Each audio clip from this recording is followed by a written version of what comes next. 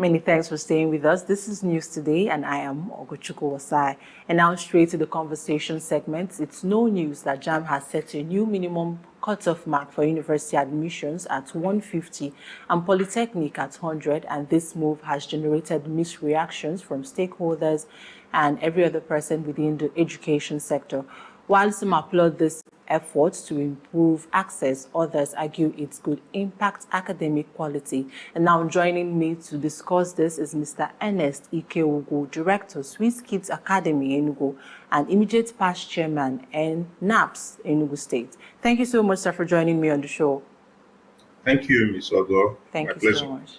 Now, let's start with your reaction when you first heard this cutoff mark, that Jamb's new cutoff mark for this year's academic session or admission is at 150 for the universities and 100 for polytechnics. What was your first reaction at hearing this? Well, it will surprise you to know that I don't have any surprises, because I always know that Jamb is just a data collection center, not exam body. Because even if they had put this cutoff at 300, people who score 200 will still get admission to universities. They don't have a mechanism to check that. Go and check it today, as I've said that the cutoff is 150. Forgetting about the watering down and the quality, let's even agree that everything is all right. The issue is who is adhering to what they are cutting off. Okay. Who is actually adhering? You tune up to a radio station today, now you hear one university near this Enugu saying their own cutoff is 80. Once you score 180 and above, they will admit you. So who is fooling who? If we are serious, if we want to get education right, it's not just about Jamb alone. We have to reform regulation of education in Nigeria. From primary school, I have a school. I failed you in my school in primary 1. You go to the next school and enter primary 3, and the parent will come here and say, "You think you are smart? My child is in primary 3." In fact, as far as I'm concerned now, it's only WAEC that have a bit of regulation. Not to talk about the quality of the exam. I'm talking about the real essence of the body is to regulate. In a situation that when they say that 150 is cut off, no university can admit anybody who did not score up to 150. Let's start there. Before you now come back to people who set exam to the public and say there was a glitch and do mock-up, and they come back and do all those things are just bullshit. It's just a way of mopping up money from people and probably data if they know how to use it. So I did not receive it with any shock.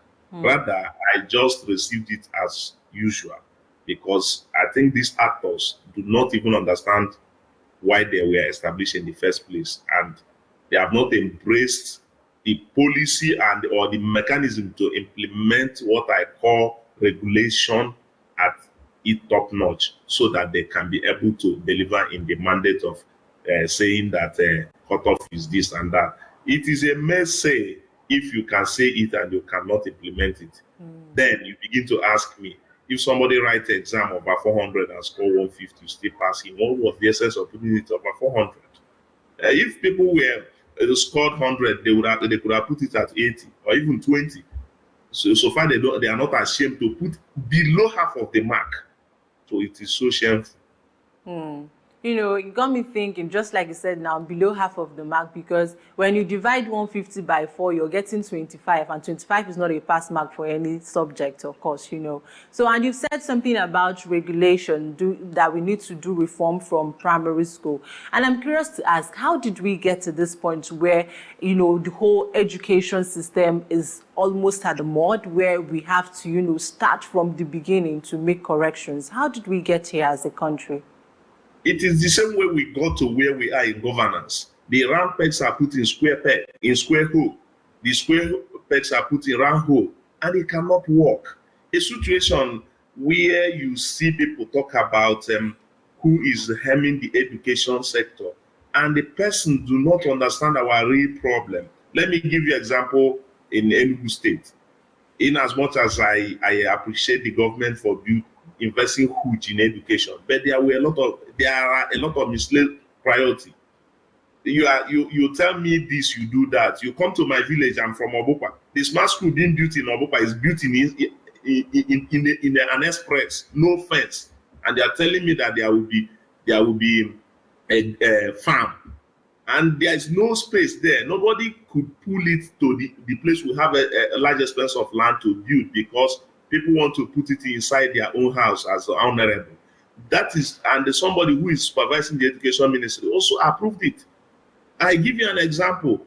People who run this thing, they are not on ground to understand our problem. In this, some of these our schools are placed in a place where there is no active young people to feed their school. What would have survived there would have been a secondary school, not a primary school. There is no what is it called? Feasibility study. So everything we do in Nigeria is for the political correctness. So when you hear that there is one school in every ward, you clap for it. But for the essence, we don't know. So the same thing is what has happened around the whole Nigeria. Everything we do, we don't even know the reason. I am an educationist. When I enter the class, I will tell you that this is my evaluation. That after teaching you this subject, at the end of this subject, you'll be able to learn this, learn that, learn that. We don't set that. So in my own thinking, I think it has been people who are good as carpenter heading the department of marketing. People who are good in marketing heading the department of bakery. So it is about political correctness, not about competency. And even when we choose competency, sometimes we just go for title. And when you go by title, you see people even answering maybe a son that they cannot really defend what son is. Let me use that profession. So point here is that we should go for the content, not the container. So whenever we are going to do any education policy, we get people who knows it, who has practiced it practically, who have tested it, who have put it in use and see where it fails, so that they will tell us what it is. This morning I was listening in television at the radio station where people were talking about amending constitution that they do every day, forgetting what they did in Confab and all those ones that they did with experts. So every day they put people in one room and say they are doing one thing and pay them money and they don't implement it. I, for one, now, I don't agree for any government committee, because the one I've done in past, very technical and everything, nobody uses it. It is political correctness. When they call that committee, everybody clap that they are doing well, but they won't even use the advice. So what for? So I think this is what got us where we are. Okay. Now let's get to the side of the students. You know, it seems like every year we continue to see this drop in cutoff mark. What do you think is the reason why it is this way? Is it basically that the students are not learning, or the system of teaching is not working for the students? And are you afraid that in the coming future that we might actually be graduating unprepared students or graduates who are not really, and have not been inculcated with the grant or exactly what they are supposed to be taught in school? Are you afraid that we might be hitting the rock sometime in the future if we continue this way? If you're asking me if I'm afraid that we might be hitting the future rock in the future, that means we're not in Nigeria. We already hit the rock already. We are behind as far as I'm concerned, because students that were graduating now cannot do anything. So we are there already. We are not saying we are going to get there. However, from their question, it is not, so many things are contributing to this. Social wickedness is number one, where everybody wants to be rich. No teacher, no hard work is not being rewarded. So you begin to see that teachers are not committed. I've said this thing everywhere I go. If I go to Canada now to do my master's, I will pay up to I will pay more than 16 million naira in tuition, and they will pay the lecturers handsomely, and they will teach me very well. They will do research. But in Nigeria, an average lecturer, professors earn 400,000. 400 by 1 year is not up to 5 million. 5 million cannot buy a car, but let alone paying for house rent and feeding the house. So how do you think that lecturer will be committed to what we are doing? So a sitting House of a Rep member collect 11 million plus every month, just sitting, whether he come or he did not come. So it's a misplaced priority. There is no motivation for the lecturer. There is no motivation for the teacher. An average teacher in a primary school now, in public school, earn between 70 to 80,000. Where does that take us to? So three things I've mentioned here is number one is social decadness. Our value priority is so poor. Reward to the teachers are very poor. So even if you equip the lab with everything which is going to teach them, if it's not well motivated, it's not going to deliver what you have put for delivery. Then again, where there's no reward for the teacher, even if he commits to be a poor man and teach, during gratuity is not considered. He will teach a governor, he become a governor, and he will not think about teacher who made him a governor. So this is the major reason, not about the children. The children, the brain is still better even now. They learn better. There are no teachers. There is no commitment. Then discipline. Social decadness has made it that you cannot discipline a child. We're all learning that if you... gentle parenting. Parenting. You see somebody coming to your school to tell you that I wrote WAEC with ESCO. I graduated with ESCO. And I am a rich man today. Allow my child to do ESCO.